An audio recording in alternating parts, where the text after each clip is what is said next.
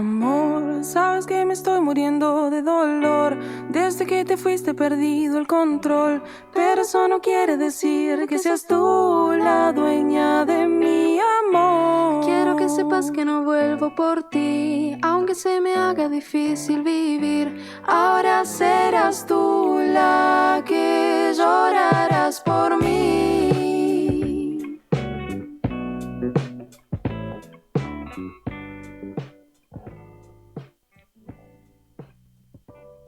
Recordarás la noche en que tú me besabas y que tus manos mi cuerpo acariciaban, nena. Cualquier tipo de esencia siempre tiene que estar puesta en relación con el tiempo y con su tiempo. En el caso de hoy, que vamos a hablar del menemismo, podríamos pensarlo como una esencia. Podríamos pensar que en los años 90 existió algo que se encarnaba en la figura de Carlos Menem, pero como lo que vamos a discutir es una serie, nos interesa pensar qué tipos de relaciones sociales se establecieron para estabilizarse el Menem durante los años 90 y qué tipo de relaciones sociales se estabilizan hoy para poder pensar que el menemismo vuelve como un refrito tratando de rescatar en el discurso histórico y en el discurso político lo que le sirve a la época, lo que funciona en la época, lo que resuena en la época. En el día de hoy, en el extraño caso, vamos a ver de lo que resuena de esa época en esta serie. Bienvenidos y hola, ¿cómo les va? Buenas, ¿cómo va? Hola César. ¿Cómo va? ¿Todo bien? Hemos invitado al amigo César Maturano para hablar de la serie de Carlos Menem. ¿Qué haces, loco? ¿Cómo andás? Bien, muy bien. Contento de estar acá. Bueno, me alegro muchísimo. ¿Les gustó la serie? Me gustó, me generó emociones que se encontraban, Ajá. me hizo reír muchísimo. Sí.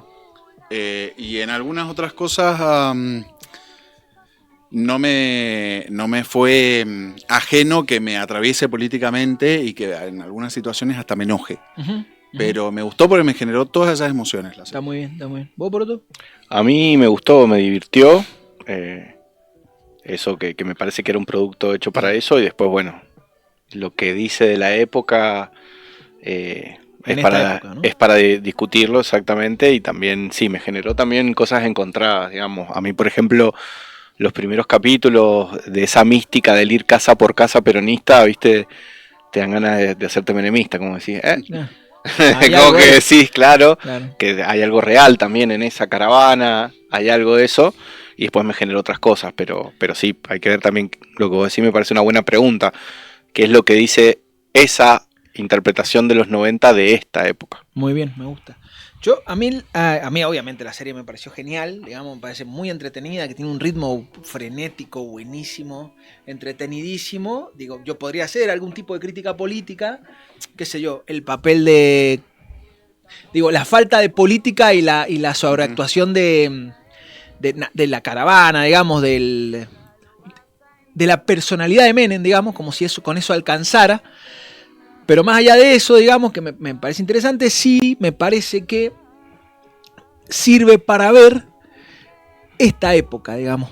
No como un restyling de la época, no como diciendo, estamos viviendo de nuevo en el menemismo, el dólar barato, la Argentina cara, los que tienen y se pueden ir al exterior, los que no se quedan, los grandes niveles de endeudamiento, que puede haber algún tipo de paralelo, sino más bien cómo resuena eso en la época. Y me hacía pensar esto.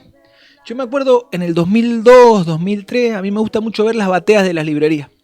Y íbamos a la librería y las bateas en los primeros lugares, en esos años, tenían reediciones fuertes de Jaureche, Scalabrini Ortiz, se había puesto de moda Galazo, digamos, estoy hablando de una discusión chiquita, pero de batea central de librería, digamos, las editoriales siempre, si tengo que dar unas recomendaciones, fíjense que está en la batea de entrada de la librería para que vean qué está pensando la época, digamos, porque el capital ahí no falla, digamos. Entonces las bateas tenían una reconstitución ideológica de la Argentina muy fuerte, recuperando de alguna manera un pasado del que se hacía un tipo de relectura, digamos. Entonces parece que Rodolfo Walsh tenía razón, parece que Jauretche tenía razón, parece que Scalabrini Ortiz tenía razón, y con eso se construyó ideológicamente, con un montón de cosas más, ¿no? En la relación. Con eso se construyó ideológicamente el periodo que le siguió. Y siempre me llamó la atención porque fue el periodo que a mí me tocó encontrarme con la batea. Después he visto otras bateas, muchas otras bateas. He visto bateas de autoayuda, he visto bateas de coaching, he visto bateas de, ¿cómo se llama?, de formación empresarial.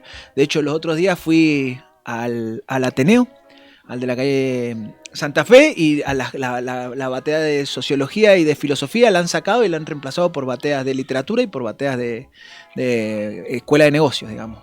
La literatura que habla al costado, claro.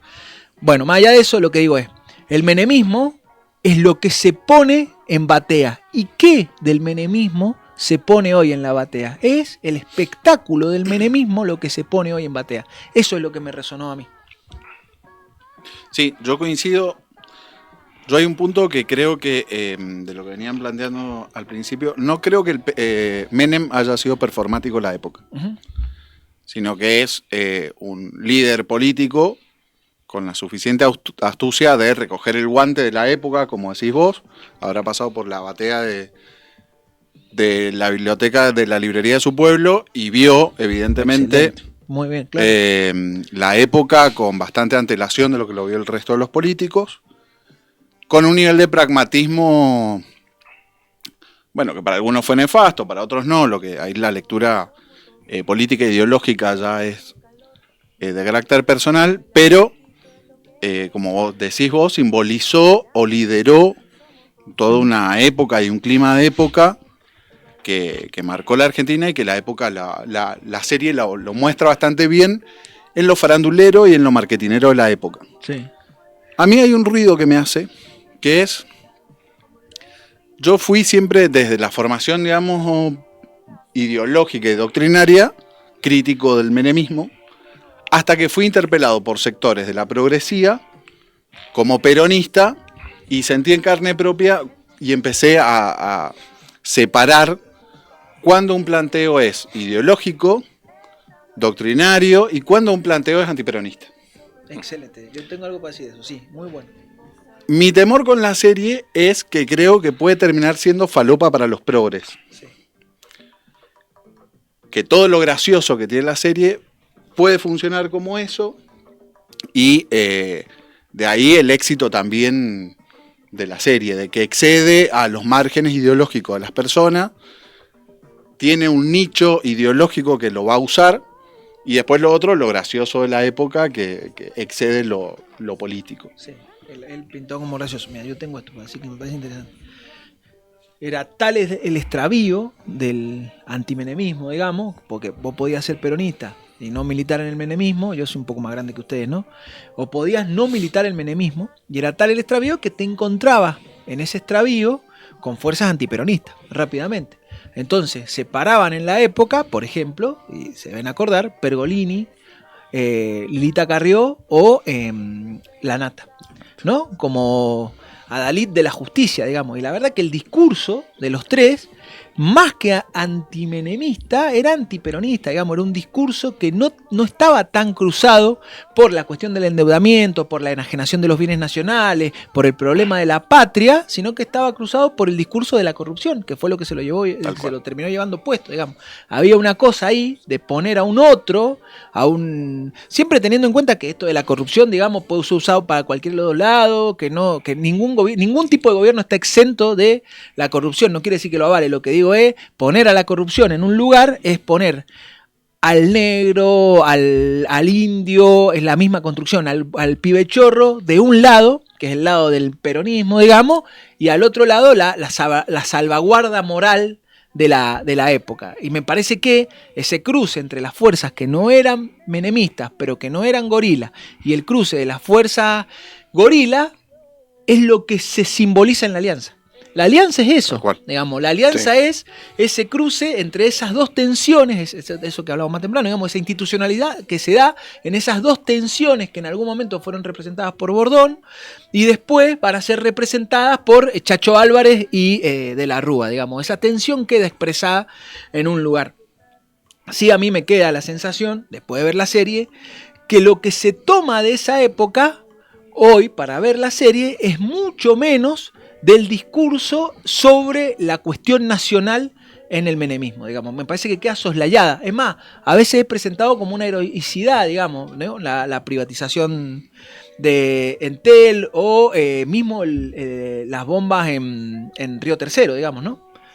Sí, yo creo que es una visión un poco, como la mayoría de los productos de esta época, edulcorada, y que la decisión de mostrar a Menem... Eso que hablamos el otro día, que hay que ser masticado rápido, digamos. Sí, y desde el carisma, claro, y desde lo místico rozando lo mágico, me parece que tiene que ver con esta necesidad restitutiva que siempre charlamos de que vuelva la mística, de que vuelva la magia, y por eso conecta algo con nosotros en el peronismo, decir, che, nosotros me parece que andamos buscando eso que la serie nos da a los peronistas. Y por el otro lado, lo que vos decís, me parece que lo que está en centro como negativo es la corrupción y el autoritarismo, claro, que son dos tópicos más gorilas que otra cosa, digamos. Como que esta Menem fantasía pop está edulcorado para los que vivimos los 90 y por ahí hubiésemos, no sé que hubiese sido correcto, pero tal vez una decisión un poco más rabiosa a la hora de mostrarlo, o alguna decisión un poquito más profunda y jugada, también hubiese estado bueno, pero bueno, también es una serie que buscaba entretener. Sí, busca entretener. Yo creo que las épocas me gusta porque acá podemos pensar, entonces puedo hacer pausas porque estoy tratando de ordenar la idea, digamos. Yo creo que siempre la representación política de lo social esconde altísimos grados de cinismo, ¿no? Siempre los líderes son grandes cínicos en función de que tienen que contemplar ser aclamados masivamente, digamos. Entonces hay que leer muy bien la época. No necesariamente los líderes piensan como la época, sino que se tienen que hacer cuerpo, hacer carne con la época. Y me parece que y esto me parece lo cruel de la serie, me parece que la representación del menemismo en la crueldad de la época está en la sonrisa del final. Porque se le muere el hijo y sabe que la muerte del hijo, por eso se ríe, está llorando y pasa ahí automáticamente a la risa, le garantiza la reelección. ¿Se entiende? Me parece que ahí hay un síntoma de un tipo de cinismo que quiere mostrar esa época y me parece demasiado cruel, digamos, con la época, ¿no? Pero bueno, también puede ser, digamos, puede ser una cosa que ha pasado, ¿no? Y eso me parece que sí hace pie en esta época ultra racionalizada, donde los dirigentes son tremendo cínico. Yo siempre digo lo mismo. Carlos Menem fue el primer político, pero de verdad, el primer político que dijo una cosa e hizo totalmente la otra. No es tan fácil eso, Digo, revolución productiva y salariazo no es una cosa que se decía así nomás y que nadie la cumplía y que nadie te la venía a reclamar. Inició una etapa del cinismo, una etapa que podríamos decir es un cinismo postindustrial, tan fuerte que hoy ese cinismo está absolutamente radicalizado. Digamos, hoy esa sonrisa es la que estamos acostumbrados a diario. Ya el poder político no hace ningún esfuerzo por discutir que lo que quiere, y digo el poder político porque entiendo que hay otros poderes, digamos, el poder político lo que quiere es conservar su situación, ¿no? Sí, está. Sí, y que se conjuga al papel del liderazgo y al personaje de Carlos Menem, que fue, a mi entender, en total lectura totalmente personalísima, el único líder carismático desde la vuelta de la democracia. Porque todo el resto, tomando las palabras de García Linera, que algunos compañeros están poniendo tanto sobre la mesa, todos los otros líderes, grandes líderes, no les quito valor en absoluto, surgieron por el traspaso de poder. Sí. Carlos Menem fue el constructor de un poder, el constructor de un personaje. Y no, está bueno eso. Y creo que eso lo pone en diferencia al resto de los otros políticos. Por eso reducirlo a solo una cuestión de farándula, o lo deja chica la serie, por lo menos, y lo achica a él muchísimo. Sí. Y creo que termina siendo injusto, como decís vos, que puede ser injusto darle un valor demasiado grande al cinismo del personaje por sobre el valor político que tenía y el constructor como líder político. Uh-huh. Me parece que eso a la serie le faltó de poner en la balanza o equilibrar ese rol que tuvo Carlos Menem a la vuelta de la democracia. Sí, y creo que algo que la serie, que está bueno lo que vos decís del cinismo, que me hiciste pensar, es que la serie para mí hace esta operación de que poder igual cinismo. Claro. Me parece a mí, que Sí, es lo que sí. deja independientemente y a su vez eso se Y eso está cala un poco en la edulcorado época, ¿no? ideológicamente también. Sí, sí. No es una forma de construcción de poder de un sector, sino es como se construye la política en general. Hoy. Eso es lo que él nos dice la serie, claro. Sí. Así, Hoy. esto es la política. Sí. Independientemente después si vos privatizás Entel o Claro, claro. estatizás Sí, sí. aerolíneas, no sé. Sí, sí. Está claro. Y creo que da ese mensaje que busca un poco acercarse a todo. A mí, insisto, me hubiese gustado tomar una decisión, no sé, me acuerdo de la película de Marilyn Monroe y la muestra como una sumisa, cuando Sí. no sé si fue una sumisa. Claro. Pero bueno, es una decisión que se hace cargo, dice, vamos por acá. O una víctima más que una Sí, sumisa. Y acá fue como, bueno, está bien pensado tal vez desde el marketing, ¿no? Quiero que los peronistas empaticen con su parte más líder mística. Quiero que el progresismo o el republicanismo gorila empatice con esta cosa del cinismo del poder. No está mal, no está mal. Y me Hay parece algo que customizado en la serie, sí. Sí, Porque el que no se salva en la serie es Cavallo, por ejemplo. En la serie Cavallo no se salva de ninguna manera. Entonces ahí yo quisiera ver cómo se lee lo customizado, digamos. Porque si hay alguien que representa esta época, es Cavallo. Ujú. sí. Digamos. Y sin embargo, de la serie, el que no se salva es Cavallo, es un perejil. Cavallo le dicen, andá y jugá, dale amigo, jugá. Y lo destroza la política. Cuando es mentira, claramente, digamos, a Cavallo no lo destrozó la política, de hecho volvió a ser ministro de Economía. Lo llamaron todos los argentinos. Fue candidato a presidente. Claro, fue candidato a presidente, pero aparte lo llamaron todos los argentinos a ser ministro de Economía, después de que había sido candidato a presidente, ¿no? Entonces, digo, ahí hay algo que no termina de cerrar, pero sí coincido plenamente en que tal vez lo que resuene de la serie en esta época sea el comienzo de ese tipo de cinismo en la política, digamos. Y ¿no? también una nostalgia que sería como una nostalgia neoliberal, que me parece rara, que a mí me sucedió eso, y me sucede con la figura de Menem, de decir neoliberales eran los de antes, Ajá. no como los de ahora que son un papelón, ¿no? Como que había, porque incluso uno lo puede reconocer en Menem, había cierto personaje que trataba de capturar lo popular y lo histórico, Sí. ¿no? Sí. En toda su presidencia, en jugar con eso. Y me parece que la serie también alimenta eso de, bueno, antes había neoliberalismo, pero un neoliberalismo donde se ejercía el poder, donde había carisma, donde había un montón de cosas que hoy faltan, como también señalando, sin querer, creo, inconscientemente, la falta, entre comillas, de este neoliberalismo nuevo, Sí. o llamémosle como Yo le creo que llamemos. está buenísimo lo que decís. Yo creo que, primero, hasta Macri, nunca la derecha tuvo las posibilidades de quedarse electoralmente con el poder, digamos, con el poder político, ¿no? Siempre tuvo que usar fuerzas sociales o militares para quedarse con el poder político. Los golpes de Estado, la dictadura militar, el radicalismo intransigente o el radicalismo nacional, digamos, o el menemismo, fueron las formas de anclar en la sociedad, digamos. Nunca habían ganado una elección hasta Macri. El día de Macri tuvieron que poner la carompa, el poder, la élite tuvo que poner la carompa y quedarse con el poder político.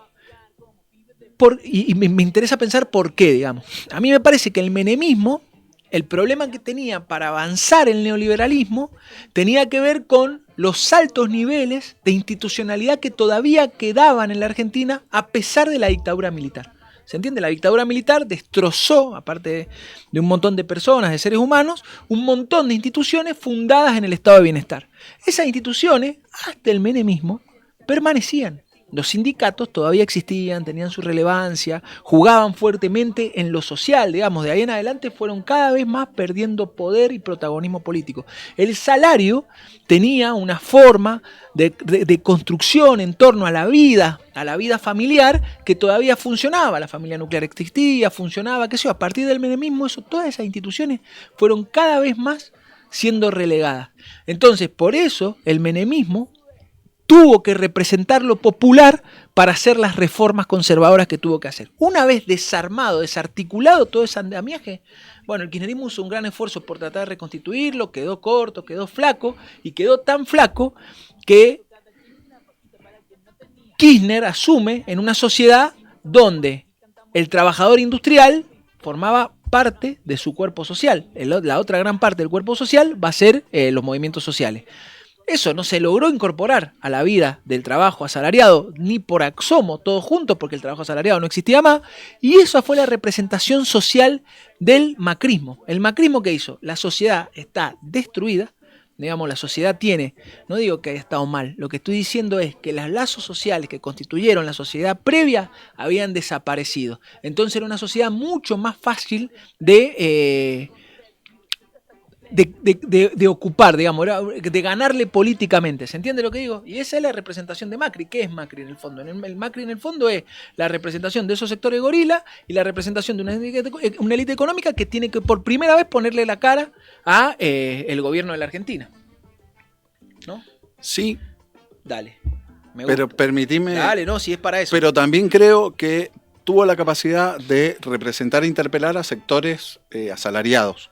El macrismo. Si no, no hubiera constituido mayoría. No, estoy seguro, digamos. Claro, porque volviendo al menemismo con esto también, muchas veces se sostiene que el primer Menem es el que traiciona a su electorado peronista, asalariado, trabajador, y que el segundo está solamente legitimado por las clases dominantes y millonarias. Y no es así tampoco. También fue convalidado por los sectores populares y cosas. Yo creo que hay un mérito en determinados dirigentes, en determinadas circunstancias, en determinadas condiciones, de construir mayoría. Y en esa mayoría, establecerlo solo en categorías de clases sociales o quedan chicas. Sí. Es poco. Yo creo que el segundo menemismo tiene que ver con la conservación. A ver, de la estabilidad. Sí, de la estabilidad. El que tenía trabajo ahorraba en dólares. En el primer menemismo, porque había un nivel de endeudamiento altísimo. El problema es cuando la Argentina deja de poder tener niveles de endeudamiento altísimo, digamos. Entonces todo eso se pone en crisis y en el 99 Menem se va, digamos, ¿no? Está bien, es así, digamos, estoy totalmente de acuerdo, ¿no? No es solo las clases, digamos, o los sectores sociales o los sectores populares los que determinan la cosa, pero sí los sectores populares, hablando de esto de esencia que hablábamos más temprano, van mutando, ¿no? Van mutando en el tiempo y en el espacio y por ahí no se acompasan necesariamente con el tiempo político, digamos. Menem empezó representando una cosa y terminó representando otra, habiendo desguazado el Estado Nacional. Cuando decimos desguazar el Estado Nacional, lo que estamos diciendo es una forma de vida había sido definitivamente aniquilada. Sí, tal cual. Insisto, sí, pero ni siquiera estoy haciendo un juicio de valor. Hay una forma de vida que fue aniquilada, que fue la vida del mundo industrial. Toda la forma de vida de la vida industrial, que empezó a ser aniquilada a partir de la dictadura militar de 1976, terminó de ser aniquilada con la crisis del 2001. A mí me parece igual, y algo que también estaría bueno que la serie le hubiese agregado, es que para mí sí hizo una operación el menemismo de los sectores populares aliarlos a la élite en términos simbólicos. En el pizza con champán, a través de lo grasa, que es algo que también tiene este gobierno de Milei, ¿no? Claro. Que son grasas y hay algo de lo grasa y lo popular ahí. Que en la serie no sé si es tan claro que son grasas, porque está todo tan estetizado, tan lindo, que porque un ex compañero de trabajo que fue funcionario de Cabal o no sé, o estuvo ahí cerca, él me contaba que para los sectores elitistas, él era un contador neoliberal, así bien, decía que Menem era un mamarracho, ¿me entendés? Claro. Era como, este no va, y que lo sorprendió, y él me decía que Milei, me acuerdo en las elecciones, me decía que podía llegar a pasar lo mismo, que de Menem se decía lo mismo, que era un mamarracho, que era un impresentable, que... Entonces hay algo a eso de captar eso popular de lo grasa, y en el pizza con champán, fundirlo en una alianza con las élites, o confundir esta clásica de la hegemonía del interés de las élites como el interés nacional, digamos, logró construir eso. Sí, yo no sé si, pero una discusión para tener después, digamos, yo no sé si lo grasa y lo popular son la misma cosa, digamos, que estoy seguro que no, aparte. Me parece que la sabiduría popular, digo, hay algo en lo popular que tiene más que ver con la cuestión del ser que lo grasa que tiene que ver con una forma de consumo en el final, digamos, pero no importa, no es lo esencial de la discusión. Sí es verdad. Pero lo grasa es un gesto de clase ante lo que viene de las clases medias y altas para abajo, como una cuestión de rebeldía ante el supuesto buen gusto de las clases medias y medias altas. Eso ni hablar. Entonces, ahí hay algo para ver del menemismo y de... Sí, eso ni hablar. Yo con lo que sí coincido sin duda es que hay una alianza, por primera vez en la historia, también en el menemismo, digamos, que no se muestra también en la serie, más allá de la relación de él y María Julia, entre los sectores populares y la élite, digamos. La primera vez que la élite y los sectores populares transan tan fuerte, están tan amalgamados en la historia argentina. Digo, yo repaso el siglo XIX, el siglo XX y digo, nunca, siempre la élite tuvo que dominar, digamos, o cuando se encontró de frente al peronismo no lo pudo dominar y perdió un tiempo. Y después volvieron y nunca quisieron. En cambio, en el menemismo se da esta particularidad, ¿no? Bunge y Bor siendo parte de un gobierno peronista, digamos, una cosa que parece un oxímoron, ¿no? Y los chetos empezando a bailar cumbia. Claro, claro. Sí, la alianza, hay una representación que yo coincido con vos de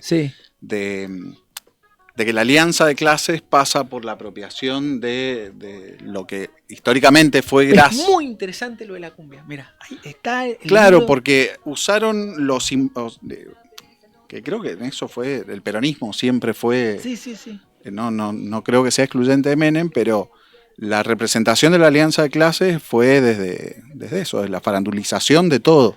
Sí, mira. Y a mí una vuelta me lo dijo también una familia, las denominadas patricias, que fue que a partir del menemismo, o de los 90, se desacartonaron en permitirse bailar cumbia. Sí. Bueno, entonces ahí hay una pequeña mini revolución también puede ser apropiación también, pero digo, las clases altas también hicieron una flexibilización, una apropiación, una operación para poder, digamos, lograr, también fue una cuestión de clase, ¿no? Una estrategia de clase. O fue perverso. Los pobres creíamos que había alianza de clases y los ricos... Claro, no había ninguna alianza. Solo ellos bailaban y nosotros laburábamos. Sí, la verdad que sí. Pienso en esto. Voy a pensar, porque no lo tengo armado del todo, pero mira. Cuando surge... La clase media surge con el peronismo. Antes el peronismo no existía la clase media en este país. Surge la clase media en función de que se reconoce como sector social. Y hace una operación política para tratar de diferenciarse de todo lo que era lo popular, digamos. Y ahí surge, porque tienen más dinero, qué sé yo, surge lo que se entiende como clase media, que tiene muchísimas características: educación, color, ubicación geográfica, situación social, tipo de trabajo, manual urbano, digamos. Miles de cosas hacen que esa operación política funcione y pueda diferenciarse lo medio de lo popular. Nivel de instrucción. Yo pienso, y es interesante lo de la cumbia, digamos, y hay un libro del Pablo Semán que está buenísimo sobre la cumbia y los sectores populares. La cumbia en un momento representó resistencia. Como el gaucho representó un tipo de resistencia. Cuando el gaucho fue domesticado y transformado en peón rural, fue usado como aparato de la élite. De hecho, hoy va a la sociedad rural y son los gauchos los que le pegan a los veganos. Digamos, no importa si le pegan o no a los veganos, lo que digo es, respondiendo a los intereses de la élite económica, son el gaucho que resistía a la estatalidad nacional el que le pega. Fue derrotado. Yo creo que cuando la cumbia deja de representar esa resistencia y pasa a ser bailada por la élite, Pablo Lescano, cuando cantaba lo de Pibe Chorro, al final tenía un sentido de resistencia simbólico fuertísimo. Cuando Pablo Lescano canta con no me acuerdo quién, las canciones estas de Me va a extrañar, qué sé yo, lo que está diciendo es: me estoy sumando a este movimiento, muchachos, y los abandoné.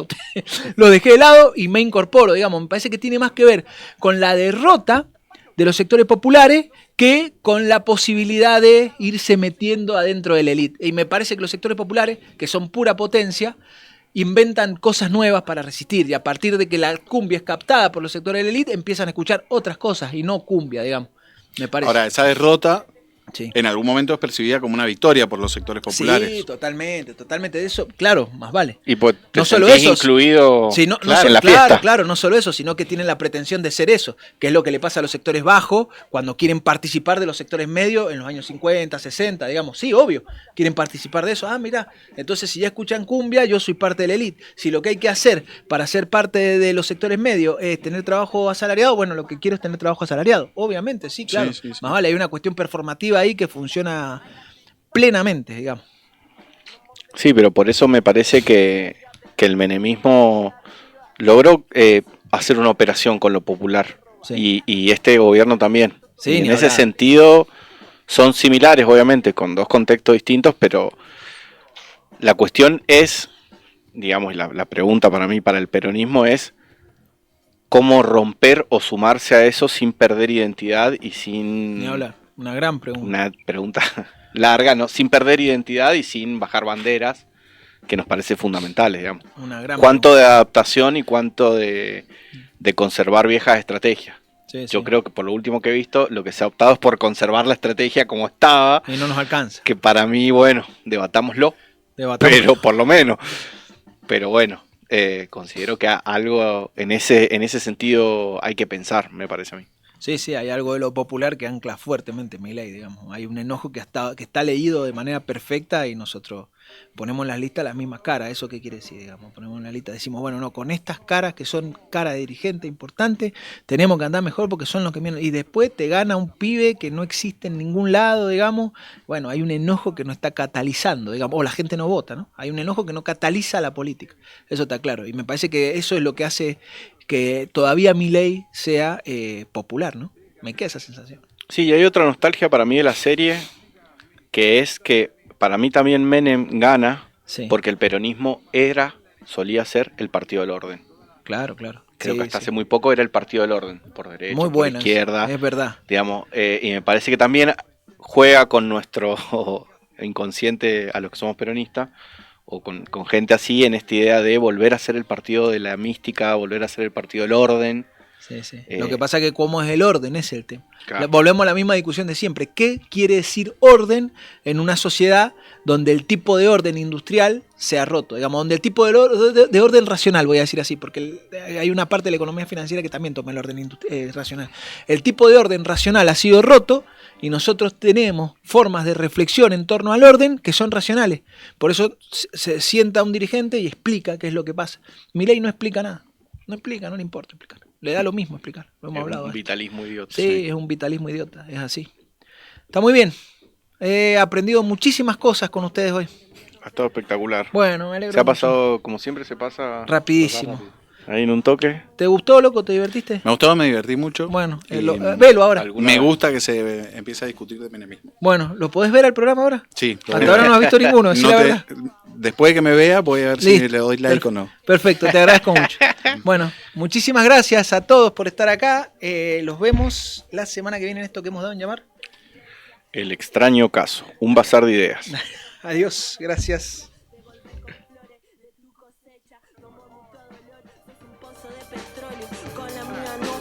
Baja el calabozo, lágrimas de oro, mi amor, lágrimas de oro, lágrimas de oro, mi amor, lágrimas de oro. Deme el delirio del vivo, un devenir podrido ante un presente.